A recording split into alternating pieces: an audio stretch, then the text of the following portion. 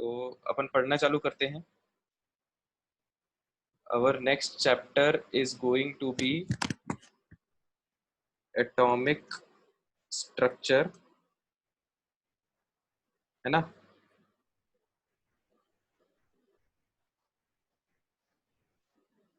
Sir DPPs नहीं करनी क्या? डीपीपी करेंगे यार, अभी थोड़ा एटॉमिक स्ट्रक्चर हो जाए, क्योंकि अभी दिक्कत है कि जो थर्ड डीपीपी थी वो उसमें एटॉमिक स्ट्रक्चर के क्वेश्चंस थे। ठीक है, तो ये चैप्टर हो जाए, उसके बाद अपन डीपीपीज भी करने लगेंगे पैरेलल में। तो ठीक है, हम आगे बढ़ते हैं। अच्छा, उससे मेरे को एक चीज याद आई कि वो मटेरियल वाला मैसेज आया होगा तुम लोग के ग्रुप पे, है ना। Yes sir. तो सर है। वो मटेरियल चाहो तो जाके ले सकते हो इंस्टीट्यूट से, है ना। उससे फायदा ये होगा कि तुम्हारा थोड़ा इस पे एक्सपोजर कम होगा स्क्रीन पे, तो थोड़ा आंखों पे लोड कम पड़ेगा, है ना। तो अच्छा ऑप्शन है। सेफ्टी मेजर्स को ध्यान रखते हुए अगर आप लोग चाहें तो मटेरियल जाके ले ले, ज्यादा बेटर रहेगा पढ़ने के पॉइंट ऑफ व्यू से। ठीक है, तो अब हम स्टार्ट करते हैं। तो देखो, एटॉमिक स्ट्रक्चर, एटॉमिक स्ट्रक्चर जैसा नाम से समझ में आ रहा है, एटम और उसके स्ट्रक्चर की बात हो रही है। ठीक है, तो एटम का मतलब हमें पता है सभी लोगों को, स्मॉलेस्ट इंडिविजिबल पार्टिकल होता है ना। सर आज डिस्कशन नहीं है क्या? नहीं, आज तो डिस्कशन नहीं है। अपन कल से, ओके सर।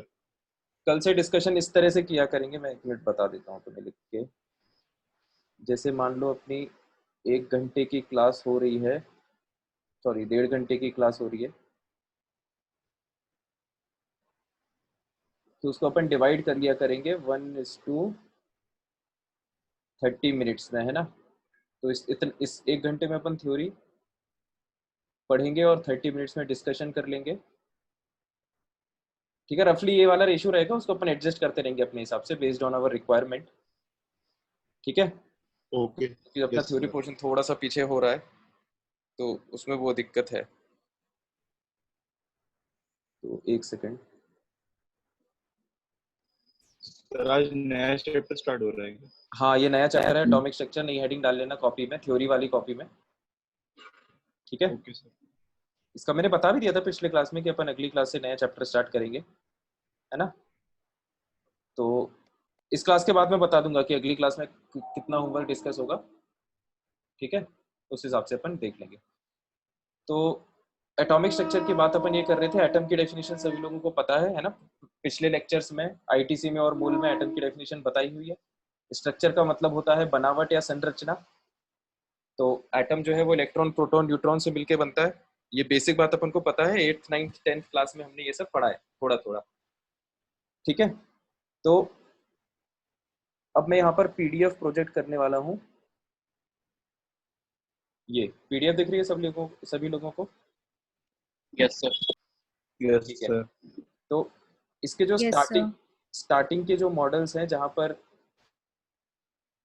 1 सेकेंड में टैब से एडजस्ट कर दूंगा अपने। हाँ, तो ये जो स्टार्टिंग के जो मॉडल्स हैं, कैथोड रेज की डिस्कवरी, फिर प्रॉपर्टीज कैथोड रेज की, एनोड रेज की, है ना। ये सब आपके एग्जाम पॉइंट ऑफ व्यू से इंपॉर्टेंट नहीं है।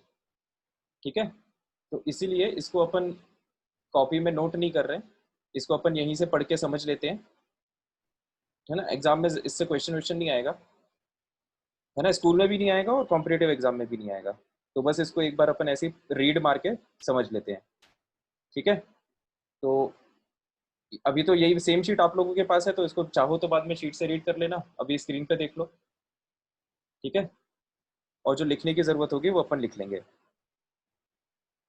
तो 1 मिनट रुको, पहले मैं ये डायग्राम बना देता हूँ।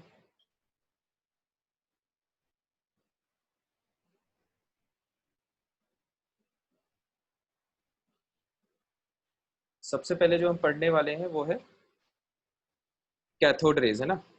Cathode rays, discovery of electron. तो जब हम एटम के स्ट्रक्चर की बात कर रहे हैं, तो एक एक जो सब एटॉमिक पार्टिकल है, कौन कौन से, इलेक्ट्रॉन प्रोटॉन और न्यूट्रॉन, वो डिस्कवर कैसे कैसे हुए, वो हम यहाँ पे समझने वाले हैं। तो ये लिखना है क्या? नहीं, लिखने की जरूरत नहीं है, ये शीट से पढ़ लेना तुम लोग, इसको लिखो मत, बस देख लो, जहाँ डाउट हो पूछ लेना। ना, इसलिए मैं डायग्राम भी एज इट इज शीट वाला ही बना रहा हूँ यहाँ पे। सर तो बट ये इम्पोर्टेंट नहीं है तो फिर पढ़ क्यों रहे हैं? पढ़ लो यार, अब सिलेबस में है तो थोड़ा आइडिया होना चाहिए। ठीक है, पढ़ लो, शॉर्ट में पढ़ लेते हैं अपन, ज़्यादा टाइम नहीं इन्वेस्ट करेंगे इसमें। तो देखो ये एक सर्किट है ना, ये इसकी बैटरी है, बड़ा वाला टर्मिनल पॉजिटिव, छोटा वाला टर्मिनल नेगेटिव। फिर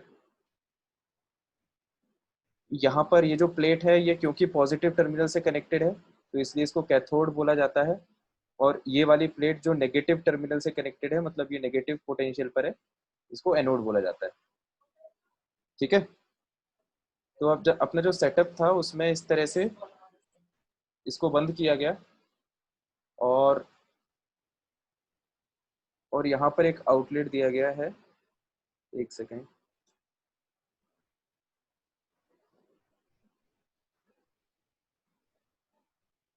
हाँ, तो ये इस तरह से इस चेम्बर को बंद किया गया है, और यहाँ पर एक आउटलेट दिखेगा आप लोगों को, है ना, ये इस तरह से इसका कंस्ट्रक्शन है, और इसमें ये लिखा हुआ है टू वैक्यूम पंप।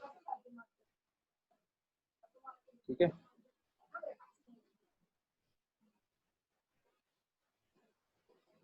और ये अपन इसको यहाँ पर क्लोज कर देते हैं। एक मिनट, ये यहाँ पे मैंने टर्मिनल्स थोड़ा गलत बना दिए हैं। ये वाला टर्मिनल छोटा था,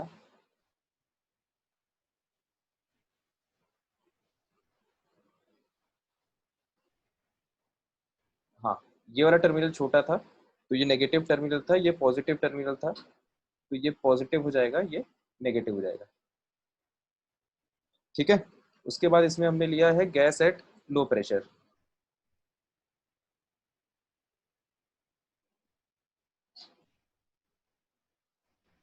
गैस एट लो प्रेशर। ठीक है, तो देखो ये लो प्रेशर कैसे जनरेट किया है ना।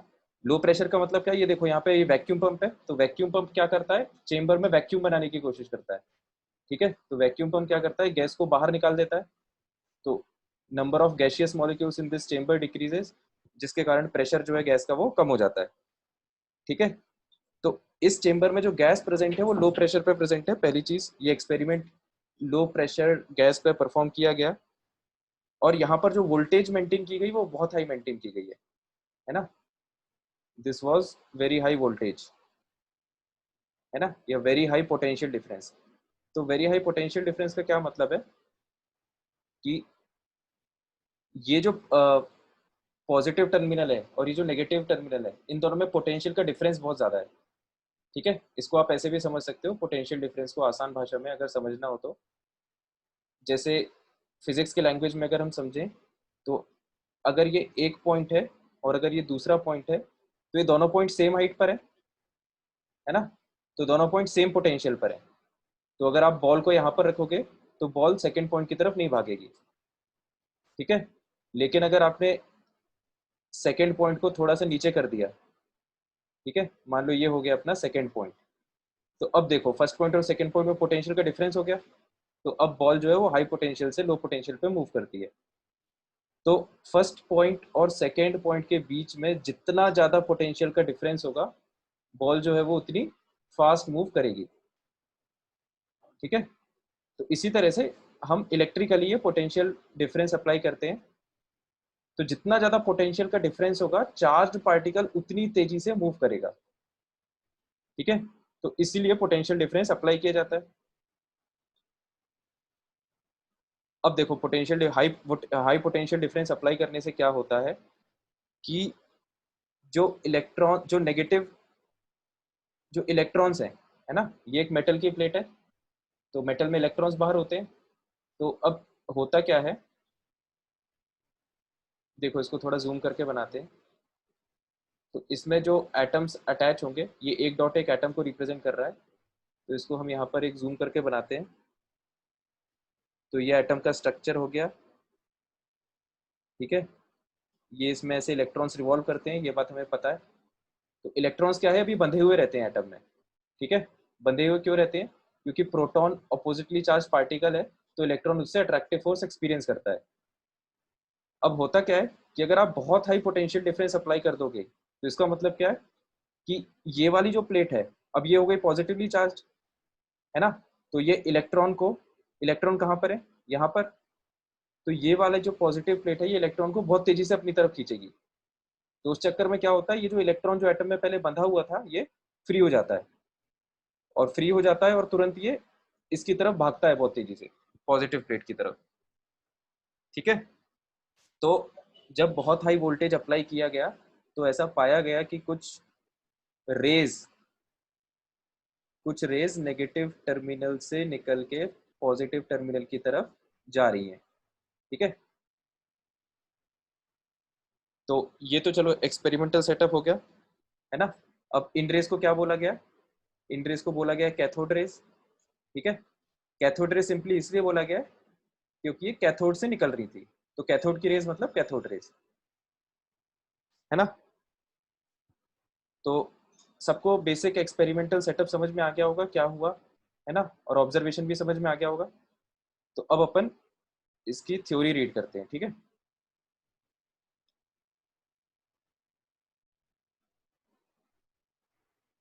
तो ये पीडीएफ दिख रहा होगा आप सभी को स्क्रीन पे।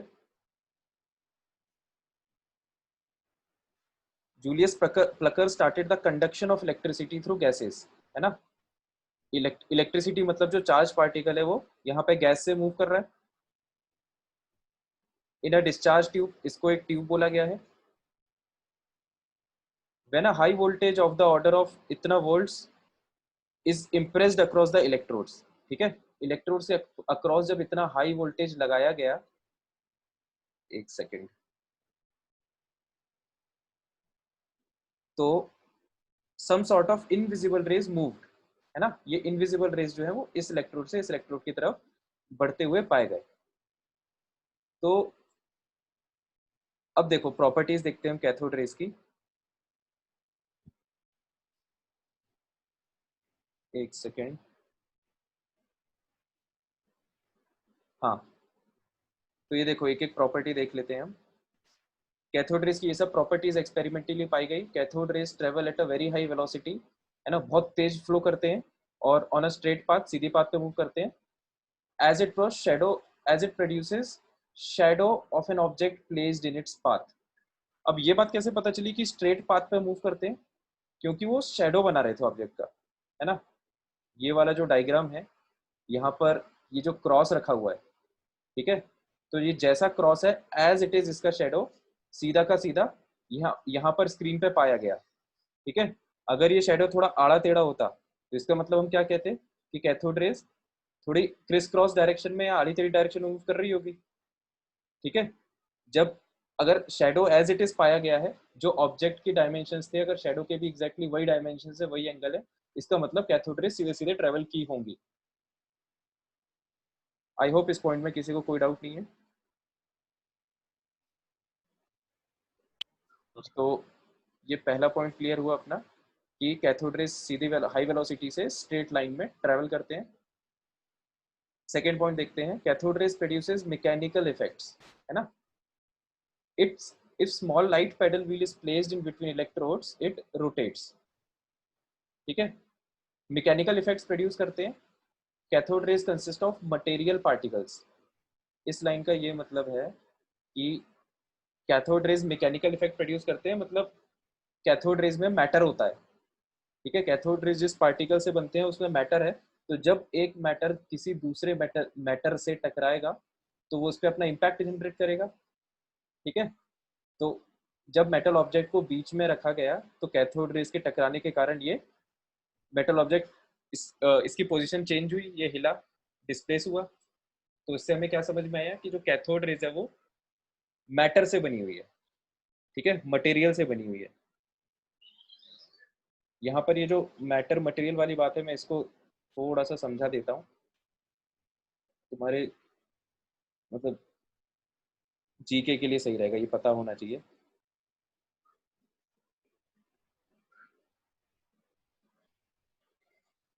ठीक है, देखो दो दो चीजें होती है नेचर में, एक होता है मैटर, है ना, और एक होता है एनर्जी या रेडिएशन। ठीक है, सिंपल इसको कहानी की तरह समझ लो, इसमें कुछ लिखने लिखने की जरूरत नहीं है।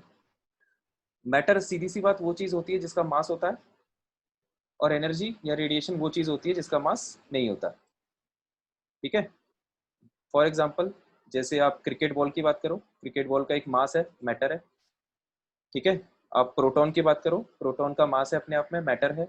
न्यूट्रॉन का मास है, इसलिए मैटर है। इलेक्ट्रॉन भी मैटर है ना। एनर्जी रेडिएशन की अगर आप बात करो, लाइट है ना, light is not matter, light का कोई मास नहीं होता।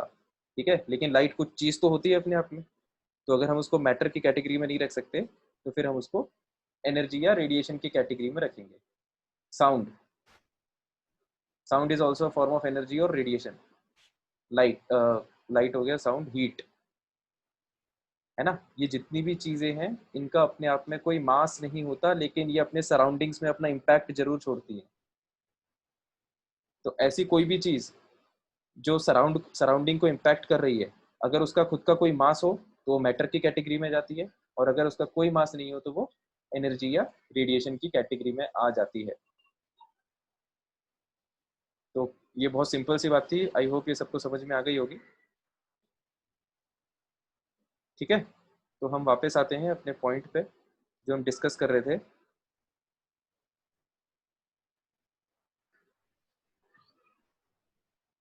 तो अब मुद्दा हमेशा ये होता है कि कोई भी चीज, कोई भी ऐसी एंटिटी जो सराउंडिंग में इम्पैक्ट क्रिएट करती है, वो मैटर होती है कि रेडिएशन होती है।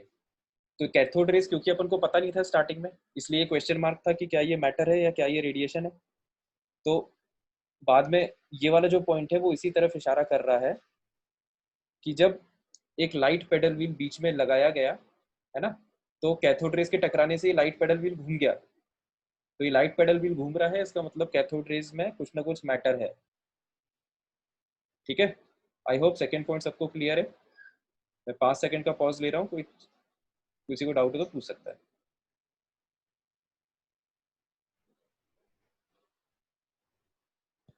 ठीक है, तो हम आगे बढ़ते हैं।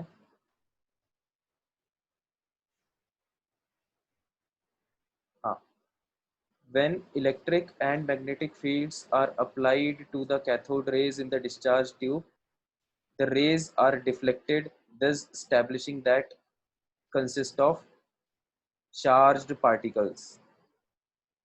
ठीक है, इसका ये मतलब है, देखो इसमें कुछ कुछ चीजें थोड़ी कॉम्प्लिकेटेड है, जैसे इलेक्ट्रिक फील्ड और मैग्नेटिक फील्ड, है ना। ये सब आप 12th क्लास में डिटेल में पढ़ोगे कि इलेक्ट्रिक फील्ड का मतलब क्या होता है और मैग्नेटिक फील्ड का मतलब क्या होता है। 12th क्लास में आप फिजिक्स में पढ़ोगे, ये इलेक्ट्रोस्टैटिक्स पहला चैप्टर है फिजिक्स में, उसमें आप इलेक्ट्रिक फील्ड के बारे में पढ़ोगे। मैग्नेटिज्म सेकंड चैप्टर है फिजिक्स में, जिसमें आप मैग्नेटिक फील्ड के बारे में पढ़ोगे। ठीक है, तो यहाँ पे मैं ब्रीफ में बता देता हूँ कि जैसे मैग्नेटिक फील्ड हम समझ सकते हैं, ये अपने लिए आसान है कि जैसे कोई मैग्नेट है, कोई चुंबक है ना, उसके आसपास अपन ने कोई लोहे का पार्टिकल रख दिया, मान लो अपन ने स्टेपलर की पिन रख दी। तो अगर आप उस स्टेपलर की पिन उसके रेंज में रखोगे, एक मिनट रुको मैं डायग्रामेटिकली समझाता हूँ। देखो यहाँ पर ये मान लो अपन ने एक मैग्नेट रखा है ना, और ये मान लो स्टेपलर की पिन है। तो हमको ये बात पता है कि मैग्नेट जो है, मैग्नेट की टेंडेंसी इस पिन को अपनी तरफ खींचने की होगी। ठीक है, but this phenomena will also depend on the distance between the two substances, right. तो अगर ये 1 मीटर के आसपास या पास में रखा हो तो ये खींचेगा, है ना। अब अगर मान लो ये 1 किलोमीटर दूर रखा है ये मैग्नेट, और ये जो पिन है ये इससे 1 किलोमीटर दूर रखी है, तो 1 किलोमीटर दूर में इस मैग्नेट का कोई इफेक्ट नहीं होगा इस पिन पे। ठीक है, तो जितने एरिया में ये मैग्नेट अपने सराउंडिंग पार्टिकल पे इफेक्ट डाल रहा है, उस उतने एरिया को फील्ड बोलते हैं, कि इस मैग्नेट ने अपने अराउंड ये फील्ड जनरेट कर रखी है। ठीक है, अगर कोई आयरन नेल इस फील्ड में आता है तो फिर वो मैग्नेट का फोर्स एक्सपीरियंस करेगा, नहीं तो नहीं करेगा।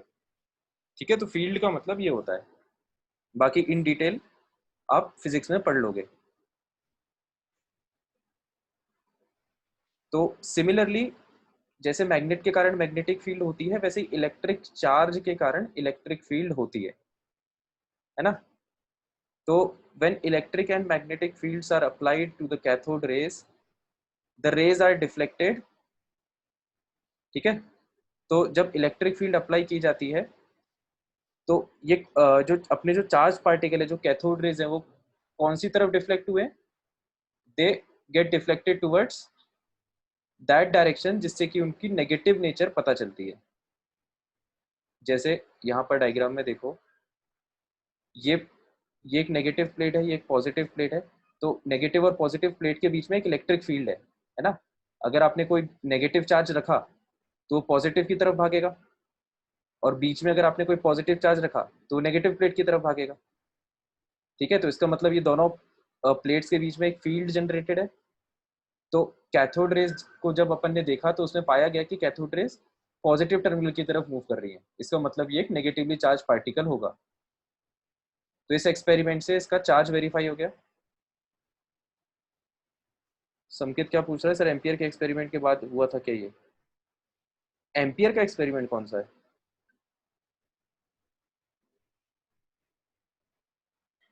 एम्पियर का एक्सपेरिमेंट संकेत?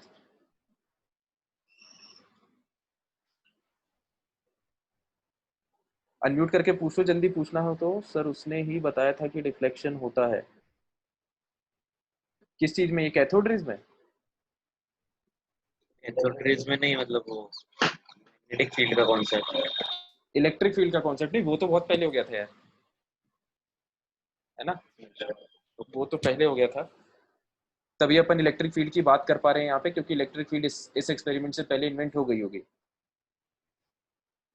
तो the rays are deflected the establishing that, तो इसके डिफ्लेक्शन से पता चल गया हमको कि पार्टिकल कैसा है, नेगेटिवली चार्ज पार्टिकल है, जिसको हमने इलेक्ट्रॉन नाम दे दिया। फोर्थ पॉइंट पे आते हैं। They produce a green glow when strike the glass well wall beyond the anode. तो ग्रीन ग्लो ये प्रोड्यूस कर रहे थे जब ये एनोड से हिट करते हैं, ठीक है। तो ग्रीन ग्लो से पता चल जाता है कि कोई पार्टिकल स्ट्राइक कर रहा है। अगर कुछ ग्लो ही नहीं होगा तो अपन को पता कैसे चलेगा कोई स्ट्राइक भी कर रहा है कि नहीं कर रहा है, ठीक है। तो ग्रीन ग्लो ये इंडिकेट कर रहा था कि कुछ पार्टिकल स्ट्राइक कर रहे हैं एनोड पे। Bright spot is developed when they strike the zinc sulphide screen. ये कैथोड रेज को डिटेक्ट करने के इन्होंने अलग अलग तरीके बताए हैं, ठीक है। जब आप एनोड पे ग्रीन ग्लो दिख रहा है, इसका मतलब वो कैथोड रेज है। या फिर अगर आपने जिंक सल्फाइड की स्क्रीन लगा दी तो उस पर व्हाइट स्पॉट्स, ब्राइट स्पॉट्स आ जाते हैं। तो उन ब्राइट स्पॉट से भी पता चल जाता है कि कैथोड रेज ने हिट किया है। जिंक सल्फाइड ही क्यों? जिंक सल्फाइड के साथ ये देता होगा यार, एक्सपेरिमेंटल होगा ये, है ना। व्हाइट ब्राइट स्पॉट जनरेट होता होगा जिंक सल्फाइड के साथ। एक्सपेरिमेंटल ऑब्जर्वेशन है यार, इसका टेक्निकल रीजन तो पता नहीं है अभी तक क्या होता है। तो cathode rays penetrate through thin sheets of aluminium and metals, ठीक है। कैथोड रेज जो कैथोड की जो रेज है वो एल्यूमिनियम मेटल्स इन सबको पेनिट्रेट कर देती है। फिर they affect the photographic plates. ये दोनों पॉइंट उतने इंपॉर्टेंट नहीं है, फिफ्थ और सिक्स समझने के पॉइंट ऑफ व्यू से। ये सेवेंथ पॉइंट थोड़ा इंपॉर्टेंट है। हाँ बोलो चंद्रभान। सर फिफ्थ पॉइंट में सर वो कैथोड रेज पेनिट्रेट क्यों कर देती हैं एल्यूमिनियम और मेटल्स को? ये गैप रहता है ना एल्यूमिनियम का, जो ब्लॉक अच्छा। है, एक एटम और दूसरे एटम के बीच में गैप रहता है थोड़ा, यस सर। उससे ये पेनिट्रेट कर सकती है, ठीक है। जिंक सल्फाइड की स्क्रीन कहाँ पर थी संकेत पूछ रहा है। देखो जिंक सल्फाइड की जो स्क्रीन है वो एक्सपेरिमेंट में नहीं दिखाई है ना। यहाँ पर एक्सपेरिमेंटल सेटअप में जिंक सल्फाइड नहीं दिखाया है। उन्होंने बस ये पॉइंट कहा है कि अगर आप जिंक सल्फाइड की कोटिंग पीछे कर दो, मतलब यहाँ पर इस पोर्शन में अगर आप जिंक सल्फाइड लगा दो, तो जब कैथोड रे से टकराएगी तो ब्राइट स्पॉट दिखेंगे, है ना। उससे अपन को ये पता चल जाएगा कि कैथोड रे कौन कौन से पॉइंट पे टकराई है, ठीक है। इंडिकेटर की तरह काम करता है बेसिकली जिंक सल्फाइड, है ना। तो उसका कोई बहुत बड़ा यूज नहीं है। बाकी देखो ये वाला पॉइंट इंपॉर्टेंट है। The ratio of charge to mass is same for all cathode rays irrespective of the gas used in the tube. E by m is equal to this value. ये charge to mass ratio बहुत important है, मतलब ये charge to mass term बहुत important है ना। इसको आप चाहो तो यहाँ कॉपी में लिख सकते हो।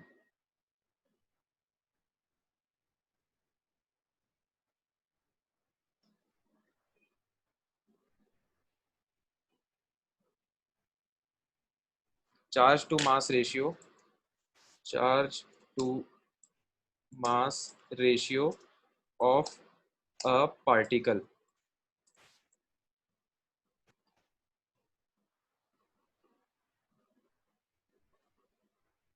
हाँ यही लिख लो, यही हेडिंग डाल दो पहली कॉपी में, charge to mass ratio of a particle. तो ये सिंपल है बहुत, जैसा हेडिंग में समझ में आ रहा है ना, वो फॉर्मूला भी वही है। चार्ज टू मास रेशियो का मतलब होता है किसी पार्टिकल का चार्ज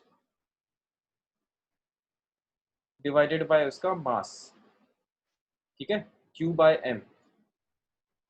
तो अगर आपको चार्ज की वैल्यू पता हो और मास की वैल्यू पता हो तो इसकी यूनिट क्या जाएगी Q बाय M की। चार्ज की ऐसा यूनिट होती है कूलम,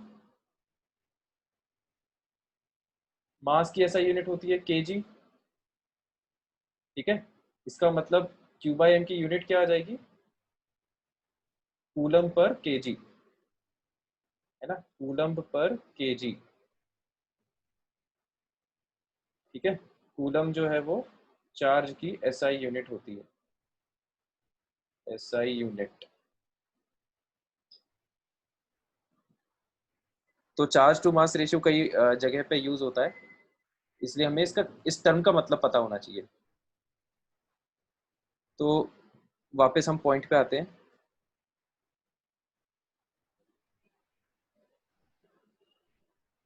तो हम charge to mass ratio discuss कर रहे थे।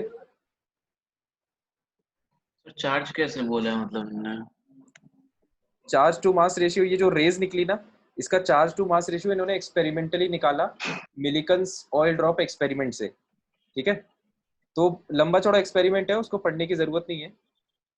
मास उसी का होगा जितने मतलब जितने चार्ज है, जितने चार्ज है मास उसी का होगा मतलब। तो चार्जेस का ही मास दिया होगा नीचे अपन हाँ को मतलब ये कितना है। जो कैथोड रेज थी ना, कैथोड रेज का जो एक हाँ। एक पार्टिकल है, उसके पार्टिकल का charge to mass ratio calculate किया गया। तो उसमें कैथोड रे के एक पार्टिकल का चार्ज ऊपर न्यूमरेटर में और एक पार्टिकल का मास डिनोमिनेटर में। तो इसको बोला गया E बाय M, ठीक है। क्योंकि जो कैथोड रे का जो पार्टिकल है वो क्या है, इलेक्ट्रॉन।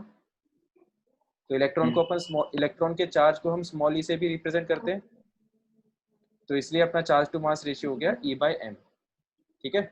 जिसकी वैल्यू एक्सपेरिमेंटली ये पाई गई 1.67 into 10 to the power 11 coulomb पर केजी, है ना।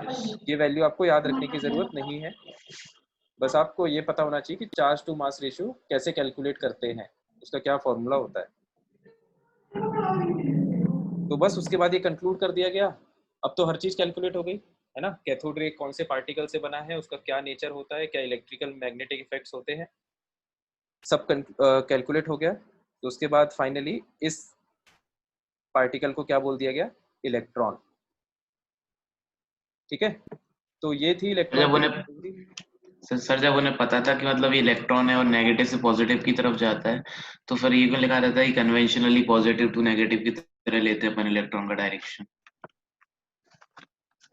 मैं तुम्हारी बात समझा नहीं पूरी तरह से। इलेक्ट्रॉन का डायरेक्शन पॉजिटिव टू नेगेटिव लेते हैं, मूवमेंट का नहीं लेते, इलेक्ट्रॉन का डायरेक्शन नहीं लेते, करंट का डायरेक्शन लेते हैं पॉजिटिव टू नेगेटिव। तो flow of current, flow of electrons ही तो होता है ना, बट करंट। नहीं, flow of positive charges current. देखो मैं इसको समझा अच्छा देता हूँ, ठीक वैसे है, ही हाँ। फिजिक्स का क्वेश्चन है। जैसे कोई बैटरी है ना, जैसे ये मान लो ये बैटरी है, तो हमें ये बात तो पता है कि ये पॉजिटिव टर्मिनल होता है, ये नेगेटिव टर्मिनल होता है, ठीक है। तो अपन करंट का डायरेक्शन ऐसे इंडिकेट करते हैं ना, पॉजिटिव टू नेगेटिव। तो इसका क्या मतलब है भाई, इलेक्ट्रॉन जो है, इलेक्ट्रॉन सर की बट सर बट ये वो मतलब थ्योरी मतलब 10th में तो मतलब ये गलत हो गई थी ना, इलेक्ट्रॉन्स फ्लो करते हैं ना। हाँ वही सर, वही मैं हाँ पूछ रहा फ्लो तो इलेक्ट्रॉन्स ही करते हैं, जो एक्चुअल करंट जो है वो फ्लो ऑफ इलेक्ट्रॉन्स ही है। लेकिन कहने का मतलब ये कि इलेक्ट्रॉन जो है वो इस डायरेक्शन में फ्लो करता है ना। तो इसके उल्टे डायरेक्शन को करंट का डायरेक्शन माना गया है बाय कन्वेंशन। सर यही लिखा था मतलब 10th में कि पता नहीं था कि इलेक्ट्रॉन का फ्लो ऑफ इलेक्ट्रॉन करंट का डायरेक्शन होता है, तो उन्होंने उल्टा मान लिया था। Current yes is sir.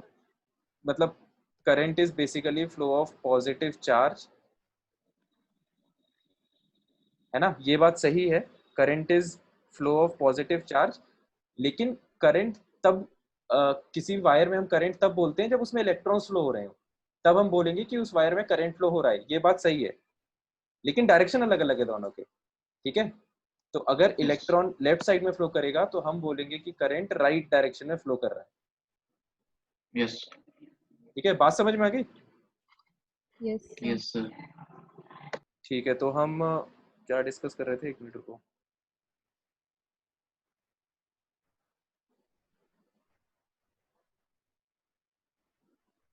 तो यहाँ पर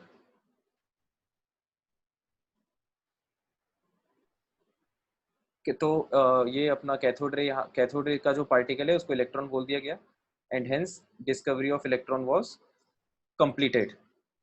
एनी डाउट इन दिस?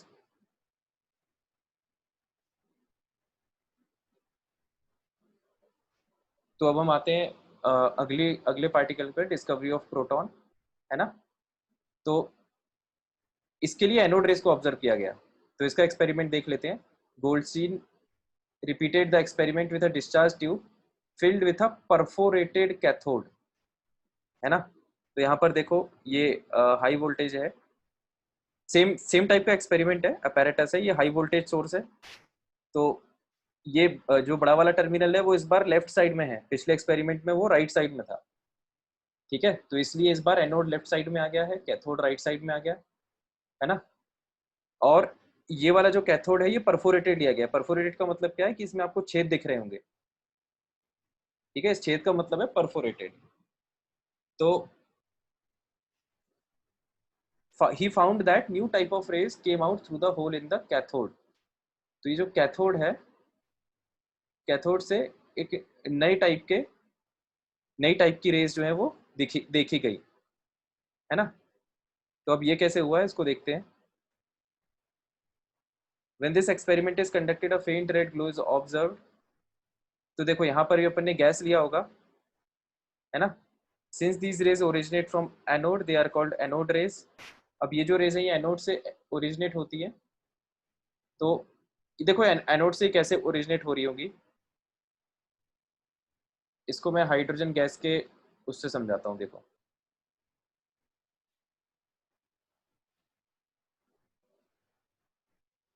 पिछले एक्सपेरिमेंट में आप लोगों को ध्यान होगा, हमने गैस ली थी लो प्रेशर पे, है ना, गैस हमने ली थी लो प्रेशर पे, ठीक है। मान लो ये गैस हाइड्रोजन गैस है, ठीक है, मान लो ये गैस जो है वो हाइड्रोजन गैस है। तो यहाँ पर हाइड्रोजन गैस के मॉलिक्यूल्स भरे हुए होंगे, ठीक है। तो अब होता क्या है कि ये जो इलेक्ट्रॉन्स हैं, ये जो हाइड्रोजन गैस के मॉलिक्यूल है, इसको आप इस तरह से इसका स्ट्रक्चर समझ सकते हो, है ना। एक हाइड्रोजन का मॉलिक्यूल इस तरह से दिखता है मॉलिक्यूलर लेवल पे, ये दोनों इलेक्ट्रॉन्स शेयर्ड होते हैं, है ना। तो अब होता ये है कि जब अपन बहुत ज़्यादा हाई वोल्टेज अप्लाई करते हैं, तो हाई वोल्टेज अप्लाई करने से क्या होता है, अब ये जो इलेक्ट्रॉन है ना, ये एनोड की तरफ भागने की कोशिश करेंगे, पॉजिटिव टर्मिनल की तरफ, ठीक है। तो उससे क्या होगा, ध्यान से समझना ये, है ना, उससे क्या होगा, ये बॉन्ड ब्रेक हो जाएगा थोड़ी देर बाद, है ना। ये वाला जो बॉन्ड है ये थोड़ी देर बाद ब्रेक हो जाएगा, और ये हाइड्रोजन एटम इस तरह से फ्री हो जाएंगे, और उसके बाद ये जो इलेक्ट्रॉन है ये एनोड की तरफ भागने की कोशिश करेगा, है ना, ये एनोड की तरफ भागने की कोशिश करेगा। तो जब ये एनोड की तरफ भाग जाएगा, तो अब हाइड्रोजन पे कितना चार्ज हो गया, +1 हो गया। बॉन्ड ब्रेक क्यों होगा? ये बॉन्ड ब्रेक इसलिए होगा ना, क्योंकि अपन ने बहुत ही ज्यादा हाई वोल्टेज अप्लाई किया है। सीधी सी बात ये कि जब अपन ने इतना हाई वोल्टेज अप्लाई किया है कि जितने भी नेगेटिव पार्टिकल्स हैं जो इस रीजन में आ रहे हैं, है ना, उन सबकी टेंडेंसी क्या होगी, पॉजिटिव प्लेट की तरफ भागने की होना चाहिए ना। Yes sir. तो वो नेगेटिव पार्टिकल फ्री होना चाहेगा ना, तभी तो वो भागेगा। तो इसलिए ये नेगेटिव पार्टिकल जो है ये बहुत ज्यादा एनर्जेटिक हो जाते हैं, ये इलेक्ट्रॉन्स, तो ये इतने ज्यादा एनर्जेटिक हो जाते हैं कि इनका बॉन्ड ही टूट जाता है। बॉन्ड में इतनी स्ट्रेंथ बचती नहीं है कि ये इन दोनों को बांध के रख सके एक दूसरे से। तो ये बॉन्ड ब्रेक हो जाता है, ये दोनों फ्री हो जाते हैं। फिर ये हाइड्रोजन एटम अलग हुआ, इसका इलेक्ट्रॉन भाग गया। जैसे इलेक्ट्रॉन भाग गया तो हाइड्रोजन एटम किस में कन्वर्ट हो जाएगा, H+ आयन में, जिसको हम बोलते हैं प्रोटॉन। क्या इतनी बात सबको लॉजिकली समझ में आ गई? इसमें कोई डाउट हो तो पूछ लो। तो इसका मतलब क्या हुआ कि वही जो पिछला वाला एक्सपेरिमेंट है उसमें ये जो प्रोटॉन्स जनरेट होंगे, अब प्रोटॉन का मतलब क्या हो गया, पॉजिटिवली चार्ज पार्टिकल।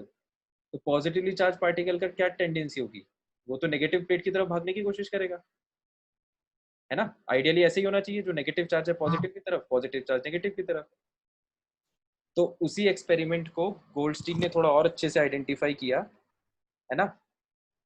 अब मैं वापस पीडीएफ पे आता हूँ, ठीक है। तो इस पीडीएफ में देखो, तो वही है, यहाँ पर वही डायरेक्शन दिखाया गया है। जो कैथोड रेज है वो लेफ्ट साइड में मूव कर रही है, और जो पॉजिटिव पार्टिकल है या जो प्रोटॉन है वो राइट साइड में मूव कर रहे हैं, ठीक है। तो जब ये बीच में यहाँ पर कैथोड पे छेद कर दिया गया, तो पॉजिटिव पार्टिकल्स जो है वो ये वाला जो रीजन है ना, इसमें तो कोई नेगेटिव पार्टिकल होगा नहीं, क्योंकि नेगेटिव पार्टिकल इसी रीजन में आ रहा है। तो इस वाले रीजन में सिंपली पॉजिटिव पार्टिकल्स होंगे, है ना। तो इसमें ये जो छेद है कैथोड में, ये जानबूझ के इसलिए किए गए थे ताकि हमें एक ऐसा रीजन मिले या एक ऐसा एरिया मिले जहां पर प्योरली पॉजिटिव पार्टिकल्स हों, ठीक है। ताकि हमें ऑब्जर्वेशन में फिर कंफ्यूजन ना हो कि ये जो रेड ग्लो आ रहा है ये किसी और पार्टिकल के कारण तो नहीं आ रहा, ये केवल पॉजिटिव पार्टिकल के कारण आएगा, ठीक है। एक्सपेरिमेंट की थोड़ा एक्यूरेसी और रिलायबिलिटी बढ़ाने के लिए। तो यहाँ पर भी जिंक सल्फाइड की प्लेट लगाई होगी? नहीं नहीं, यहाँ पर तो दूसरी लगाई होगी, है ना। तो अब देखो, इसको अपन आगे पढ़ते हैं। When this experiment is conducted, a faint red glow is observed. तो ये रेड ग्लो आपको दिख रहा है यहाँ पे on the wall behind the cathode. Since these rays originate from the anode, they are called anode rays, है ना। सिंपल, एनोड से निकला मतलब एनोड रेज।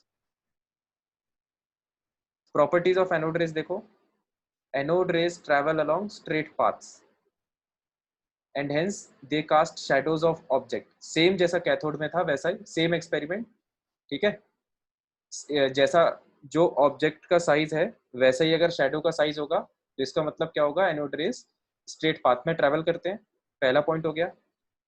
फिर जैसा उसमें सेकंड पॉइंट था कैथोड में, वैसा यहीं पर they rotate a light paddle wheel placed in their path. इसका मतलब क्या हुआ कि anode rays are made up of material particles, ठीक है।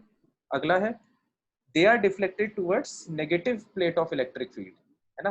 दिख भी रहा है अपन को यहाँ पर एक्सपेरिमेंट में, जो कैथोड रेज है मतलब जो सॉरी जो एनोड रेज है वो नेगेटिव टर्मिनल की तरफ आती हुई पाई गई। इसका मतलब क्या हुआ कि ये पॉजिटिवली चार्ज होंगी, तो चार्ज का पता चल गया, है ना, दे आर पॉजिटिवली चार्ज। फिर है for different gases used in the discharge tube the charge to mass ratio of the positive charge particles is different. देखो ये पॉइंट थोड़ा सा समझने वाला है, इसको ध्यान से सुनना। जो E/m की वैल्यू है, चार्ज टू मास रेशियो, ये कैथोड के लिए हमेशा सेम आता है। आप बीच में कोई भी गैस ले लो, बीच में आप हाइड्रोजन गैस से भर दो, डिस्चार्ज ट्यूब को हीलियम गैस से भर दो, मीथेन गैस से भर दो, charge to mass ratio cathode rays का सेम आएगा, ठीक है। उसका रीजन क्या है कि कैथोड रेज में हमेशा ही जनरेट क्या होता है, पार्टिकल, इलेक्ट्रॉन, है ना। तो पार्टिकल चेंज नहीं होता, इसलिए इलेक्ट्रॉन का चार्ज और उसका मास E/m रेशियो चेंज नहीं होगा, है ना। इसको देखो मैं लिख के बता देता हूँ तो और अच्छे समझ में आ जाएगा। देखो एक्चुअली होता क्या है कि ध्यान से सुनना, ये जो बीच में अपन गैस भरते हैं ना, ये गैस जो है, गैस इलेक्ट्रॉन छोड़ती है ना। इलेक्ट्रॉन्स जो है वो गैस के कारण भी आते हैं, और जो पॉजिटिव पार्टिकल होता है वो भी गैस के कारण जनरेट हो जाता है। तो ऐसे तो आप कोई भी गैस ले लो, सबके साथ ये हादसा होगा, है ना, सबका बॉन्ड टूटेगा, इलेक्ट्रॉन भागेगा एक तरफ और जो पॉजिटिव पार्टिकल जनरेट होगा वो भागेगा दूसरी तरफ। तो अब दिक्कत ये होती है कि ये जो मॉलिक्यूल है ये बेसिकली दो पार्ट में डिसोसिएट हो रहा है, एक तो इलेक्ट्रॉन और एक पॉजिटिव आयन, ठीक है। तो जो कैथोड रेज है उसमें तो हमेशा ही इलेक्ट्रॉन होगा, क्योंकि जो नेगेटिव चार्ज पार्टिकल है वो फिक्स है, इलेक्ट्रॉन है। लेकिन जो पॉजिटिव चार्ज पार्टिकल है अब वो वेरी कर जाएगा, वो गैस पे डिपेंड करेगा। जब आप हाइड्रोजन गैस लोगे तो पॉजिटिव पार्टिकल हो गया H+। अब कोई आप दूसरी गैस ले लो, मान लो आपने क्लोरीन गैस ले ली Cl2, तो उसमें पॉजिटिव पार्टिकल क्या हो जाएगा, Cl+, ठीक है। तो अब इसमें दिक्कत क्या होती है कि जो हम E/M रेशियो की बात करते हैं, कैथोड रेस के लिए E/M रेशियो हमेशा क्या था, सेम, क्योंकि जो पार्टिकल था उसमें वो हमेशा ही इलेक्ट्रॉन होगा। ये बात फिक्स है, आप कोई भी गैस ले लो पार्टिकल हमेशा ही इलेक्ट्रॉन होगा, तो ऊपर भी चार्ज इलेक्ट्रॉन का आएगा, वो वैल्यू फिक्स रहती है, मास इलेक्ट्रॉन का वो वैल्यू फिक्स रहती है, तो E/M रेशियो हमेशा फिक्स आएगी। वही अगर आप एनोड रेस की बात करोगे तो एनोड रेज में अब दिक्कत ये है कि इसका पार्टिकल चेंज होता रहता है, that will depend on the gas you have taken in the discharge tube. तो जो भी आप पार्टिकल ले रहे हो, जैसे अगर आपने हाइड्रोजन गैस लिया है तो यहाँ पर H+ का चार्ज आएगा, मास भी हाइड्रोजन का आएगा, तो इसका Q/M डिफरेंट होगा। कोई दूसरा जैसे क्लोरीन गैस ले लोगे Cl2 गैस, तो Cl+ का चार्ज और Cl+ का मास, तो ये दोनों रेशियो जरूरी थोड़ी ना है कि सेम आए। तो E/M का रेशियो चेंज होता रहता है, वो गैस पे डिपेंड करता है ना। अब मैं ये पॉइंट दोबारा पढ़ देता हूँ, अब समझ में आ जाएगा। देखो यहाँ पर बोला गया है कि for different gases charge to mass ratio of positive particles is different, अलग अलग आएगा। हाइड्रोजन गैस हम जब लेंगे तो E/M की वैल्यू मैक्सिमम पाई गई experimentally, since the value of charge on positive particle obtained from different gases is the same। ये वाला आगे की लाइन उतनी इंपॉर्टेंट नहीं है, ठीक है। तो कंक्लूजन क्या है बेसिकली जो अपन को ध्यान में रखना है, मतलब ध्यान में भी नहीं रखना है वैसे, वो बस अपन समझने के लिए समझ रहे हैं, ध्यान में रखने की जरूरत नहीं है। जो E/M रेशियो है वो अलग अलग गैसेस के लिए अलग अलग होता है एनोड रेज में, लेकिन कैथोड रेज में वो सेम होता है। और जो हाइड्रोजन गैस से जनरेट होने वाला जो लाइटेस्ट पार्टिकल है उसको प्रोटॉन का नाम दिया गया था इसी एक्सपेरिमेंट के बाद, है ना। This particle is called proton. The positive particle obtained from hydrogen gas is the lightest among all the positive particles and this particle is called proton। तो ये था एनोड रेज पे डिस्कशन, है ना। एनोड रेज और cathode rays काफी हद तक सिमिलर है, बस थोड़ा सा चार्ज में डिफरेंस है एक तो, और दूसरा इस बात में डिफरेंस है, कैथोड रेज की E/M की वैल्यू सेम आती है अलग अलग गैसेस के लिए, इसमें अलग अलग गैसेस के लिए डिफरेंट आती है। तो एनोड रेज के एक्सपेरिमेंट में कोई डाउट हो तो पूछ लो।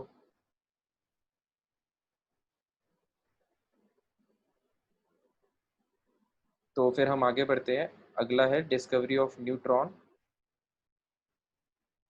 तो ये जो न्यूट्रॉन कैसे डिस्कवर हुआ इसका एक्सपेरिमेंट अपने सिलेबस में नहीं है ना।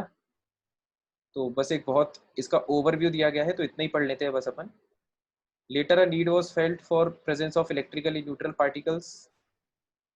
Chadwick by bombarding a thin sheet of beryllium with alpha particles। ठीक है, बेरिलियम की शीट को सामने रख के उस पर अल्फा पार्टिकल्स मारे गए। अल्फा पार्टिकल्स इसको बोलते हैं, हीलियम को।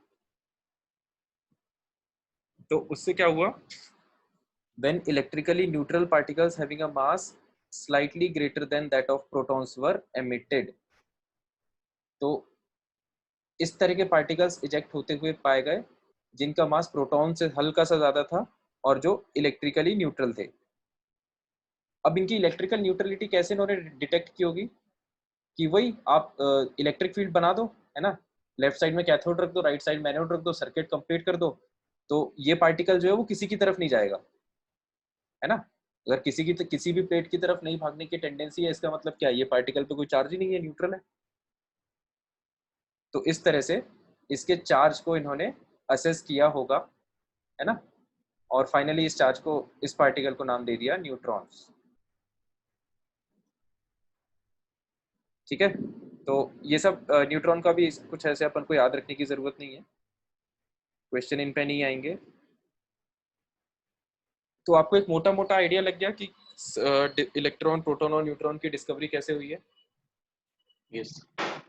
ठीक है, तो ये शायद अब 10th में भी पढ़ाया जाता है ना, ये 10th में या 9th में किसी क्लास में पढ़ाया जाता है बेसिक लेवल पे।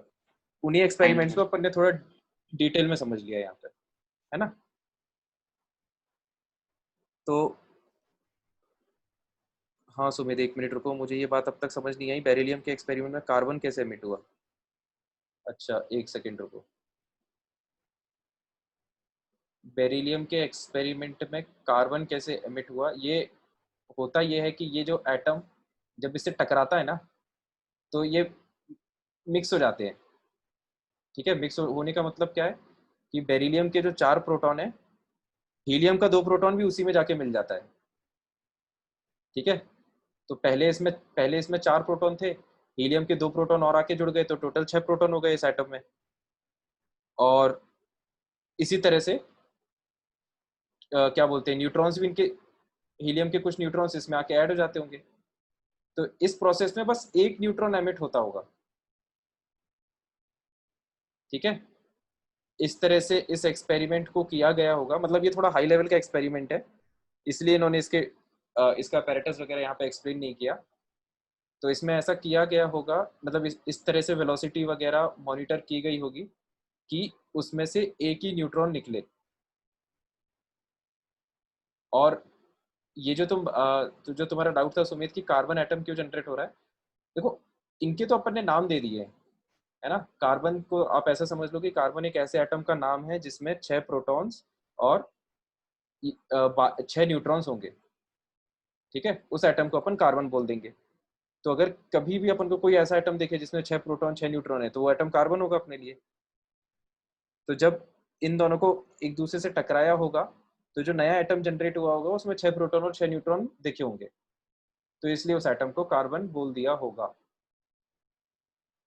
मतलब बोल दिया क्या होगा, कार्बन ही हो गया फिर वो एटम। ठीक है, इसके अलावा कोई डाउट किसी को तीनों एक्सपेरिमेंट में।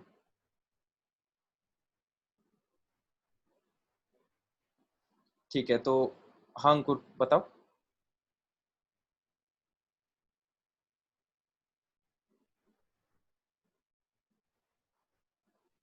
अंकुर कुछ पूछना चाह रहे हो क्या?